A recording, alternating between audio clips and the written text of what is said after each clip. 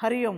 భగవద్గీత మనం ప్రతి శుక్రవారం కూడా చిన్మయ మిషన్లో చాలా చక్కగా సంపూర్ణ భగవద్గీత నేర్చుకోవడానికి ఉద్యుక్తులమై ఉన్నాము. ఇప్పటికి 12వ అధ్యాయము అలాగే 15వ అధ్యాయాన్ని కూడా మీరందరూ కూడా చాలా చక్కగా నేర్చుకుంటూ ఉన్నారు.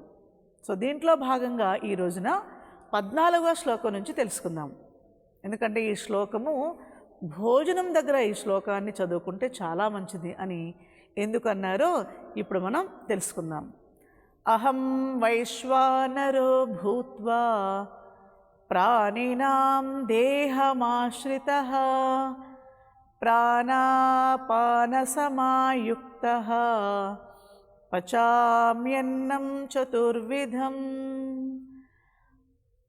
భగవానుడు మన యొక్క జఠరాగ్ని రూపములో, వైశ్వానరుడి యొక్క రూపములో, మన యొక్క జఠరాగ్నిలో ఆయన అధిష్ఠించి ఉన్నాడు.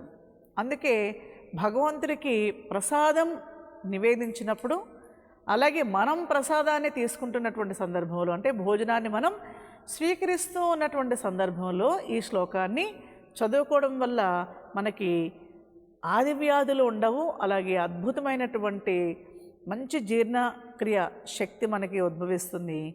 అలాగే మానసికంగా మన బుద్ధి చాలా చక్కగా ముందుకి నడిపిస్తుంది అనమాట మనల్ని. అందుకని పిల్లలకు కూడా ఈ శ్లోకాన్ని నేర్పించాలి. వైశ్వానరుడి యొక్క రూపంలో మన జఠరాగ్నిలో ఉన్నటువంటి పరమాత్మ ప్రాణాపాన సమాయుక్త అన్నారు. అంటే ఆయన ప్రాణాన్ని అపానాన్ని సమం చేస్తాడు. తీసుకోవడము వదిలిపెట్టడం రెండు సమంగా ఉన్నప్పుడే జీవితము చాలా సురక్షితంగా ఉంటుంది. తీసుకునేది మాత్రం లోపలికి వెళ్తోంది, బయటికి మాత్రం విసర్జన క్రియలో రాకపోతే ఇంకా మన పని అవుట్. కాబట్టి అందుకని పచామి అన్నం చతుర్విధం అన్నారు. అంటే మనం తీసుకునేటువంటి ఆహారం ఏదైతే ఉందో అది ఏమిటనంటే చతుర్విధం అన్నారు. 4 రకాలుగా తీసుకునేటటువంటి ఆహారాన్ని నేను పచనం చేస్తాను. ఎక్కడ ఉండి? ప్రతి మనిషి యొక్క జఠరాగ్ని రూపంలో, ఆ ఉదరములో ఉండి వైశ్వానుడి యొక్క రూపంలో ఆయన వంట చేస్తున్నాడు అనమాట లోపల. ఏం వంట అండి? ఎటువంటి ఆహార పదార్థాలు తీసుకుంటాడు ఈయన అంటే తినేవి, తాగేవి, నాకేవి, చీకేవి. మనం తినే ఆహారం అన్నము, చపాతీలు ఇవన్నీ కూడా తింటూ ఉంటాం. జలం తాగుతూ ఉంటాం, డ్రింక్స్ తాగుతూ ఉంటాం. నాకడం అంటే ఏంటంటే అప్పుడప్పుడు ఇలా నాకుతూ ఉంటాం. తేనె నాకుతూ ఉంటాము, అలాగే ఊరగాయ కూడా అని నాకుతూ ఉంటాము. కాబట్టి నాకేవి. చీకేవి అంటే ఎండాకాలం వచ్చిందనుకోండి మామిడి పండుని ఇలా చీకుతుంటాం అనమాట, జుర్రుతారు, చీకుతుంటారు అనమాట.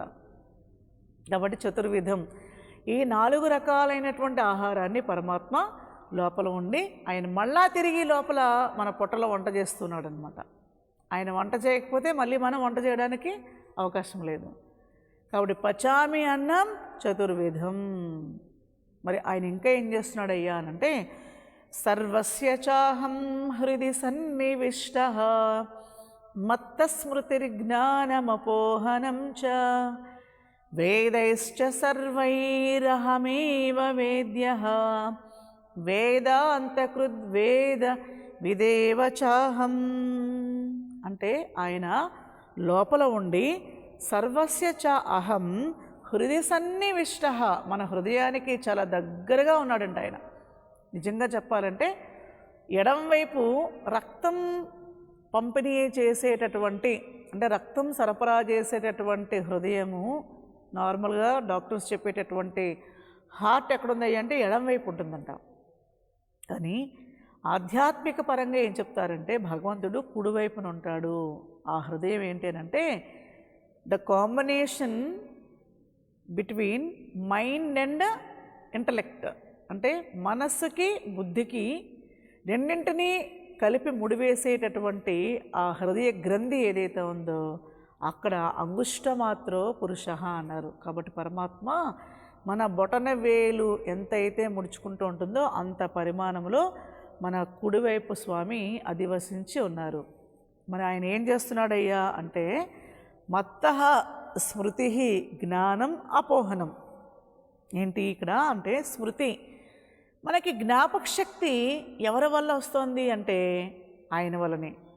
ప్రతిదీ చిన్నప్పుడు నేర్చుకున్నదంతా మర్చిపోతూ ఉన్నాడు అనుకోండి, ఇంకా ఆయన జీవితంలో ఎదగడానికి అవకాశం లేదు. ఒక డాక్టర్ అవ్వలేడు, ఒక ఇంజనీర్ అవ్వలేడు, అలాగే ఒక మాతాజీ అవ్వలేరు, ఒక స్వామీజీ అవ్వలేరు. అలాగే తెలుసుకునేటటువంటి వాళ్ళు తెలుసుకోవడానికి వాళ్ళు ప్రయత్నం చేస్తూ ఉంటే మర్చిపోతూ ఉన్నారంటే ఇంకేమవుతారు? జ్ఞానులు ఎప్పుడవుతారు? అలాగే మర్చిపోవడం కూడా ఒక వరమే. అందుకని స్మృతి ఆయనే, మత్తః జ్ఞానము కూడా ఆయనే, తెలుసుకునేటటువంటి జ్ఞానము ఆయనే, గుర్తుపెట్టుకోవడం కూడా ఆయనే. అలాగే మరి చెడు విషయాలు ఏవైతే ఉన్నాయో వాటిని మర్చిపోవడం కూడా ఆ పరమాత్మే మనకి ఏర్పాటు చేస్తున్నాడు. ఎందుకంటే ప్రతి విషయం మనకు గుర్తుందనుకోండి, ఇంకా మనం బతకలేము, ముందుకు వెళ్ళలేము. కాబట్టి ఆ మర్చిపోవడం కూడా మనకిచ్చింది అపోహనం అన్నమాట. అంటే మర్చిపోవడం కూడా ఆయన వరమే. అలా అని ప్రతిదీ మర్చిపోకండి, ఏది మర్చిపోవాలి అదే మర్చిపోవాలి.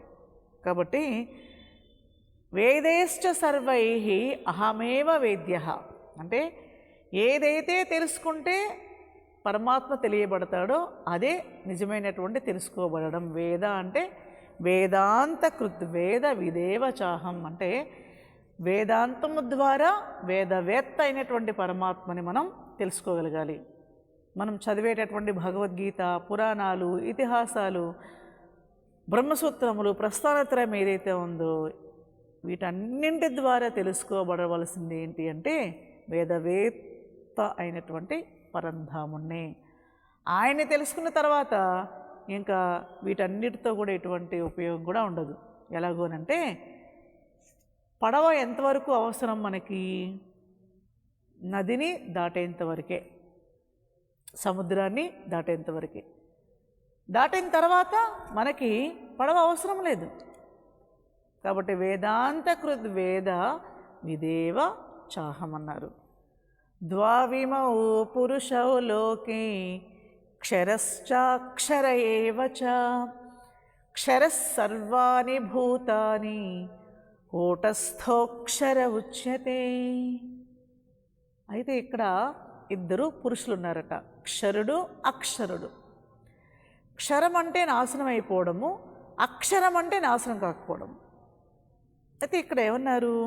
క్షరశ్చాక్షర, క్షర సర్వాణి భూతాని కూటస్థోక్షర ఉచ్యతే అన్నారు. అంటే కూటస్థంగా కదలకుండా ఉండేటటువంటి పరమాత్మ ఉన్నాడు.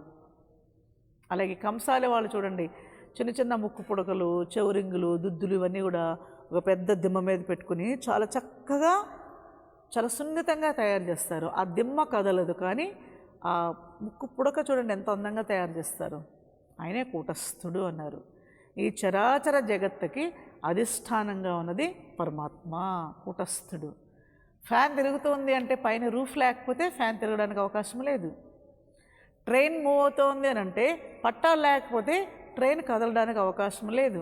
కాబట్టి ఇలా అధిష్టానంగా ఉన్నది ఎవరయ్యా అంటే పరమాత్మ. మనకు బయటికి కనిపించేది పరమాత్మ, బయటికి కనిపించేటటువంటిది క్షరాత్మకమైనటువంటి జగత్తుని ఈ మానవ మనిషి చూస్తున్నాడు. కానీ అక్షర పరబ్రహ్మ ఉత్తమమైనటువంటి పురుషుడు. అందుకే ఉత్తమ పురుషస్త్వన్యః పరమాత్మేత్యుదాహృతః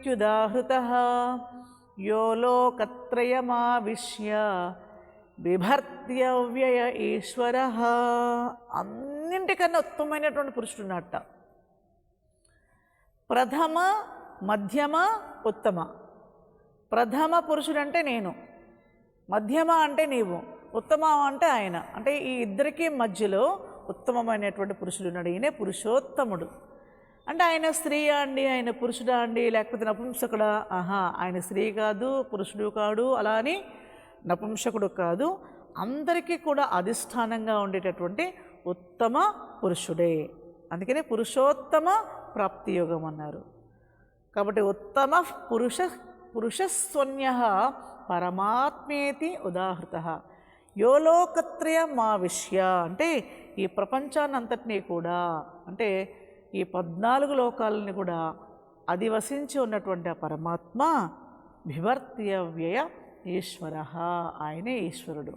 అందుకని ఈశ్వర సర్వభూతానాం హృదయేషర్జున తిష్టతి భ్రామయన్ సర్వభూతాని యంత్రారూఢాని మాయయ అన్నారు. ఈ ప్రపంచాన్ని అంతటినీ కూడా ఆయన నడిపిస్తూ ఉన్నాడు కాబట్టి ఆయన ఈశ్వరుడు. ఆయనే తెలుసుకోగలగాలి.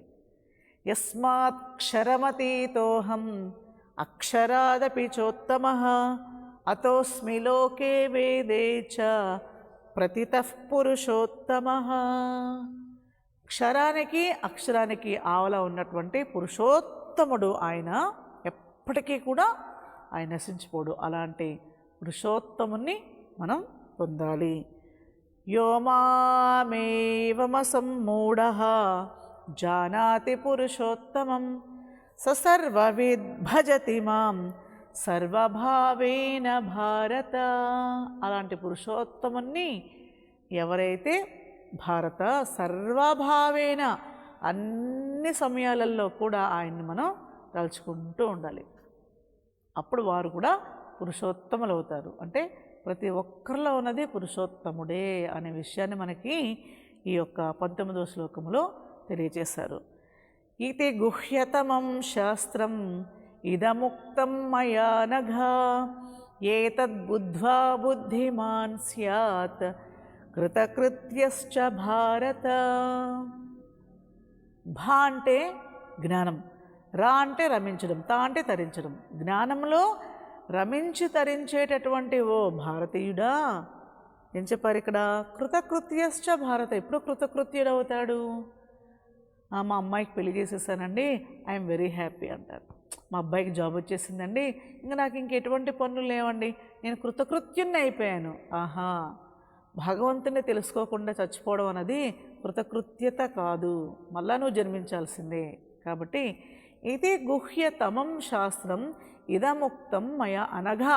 అనగా అంటే ఓ పాపరహితుడా, నువ్వెప్పుడు అబద్ధాలు చెప్పవు, నువ్వెప్పుడు కూడా ఆనందంగా ఉంటావు, నువ్వు చాలా మంచివాడివి, సర్వ సిద్ధి ప్రదాతృ స్వరూపుడివి. కాబట్టి ఓ అర్జున, నేనే నీకు ఈ 15వ అధ్యాయాన్ని చెప్పాను.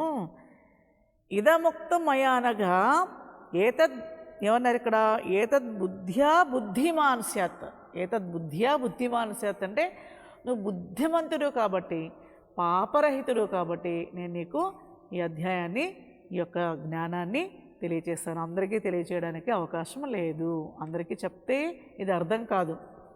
కాబట్టి ఓం తత్సత్ ఇది శ్రీమద్భగవద్గీతాసు ఉపనిషత్సు బ్రహ్మ విద్యాయాం యోగశాస్త్రే శ్రీకృష్ణార్జున సంవాదే పురుషోత్తమయోగో నామ 15వ అధ్యాయః. ఏదైతే చెప్పబడిందో అదంతా సత్యమే.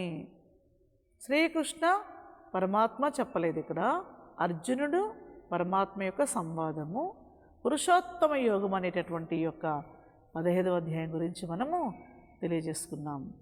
కాబట్టి అందరికీ హరి ఓం, ప్రణామాలు. హరి ఓం.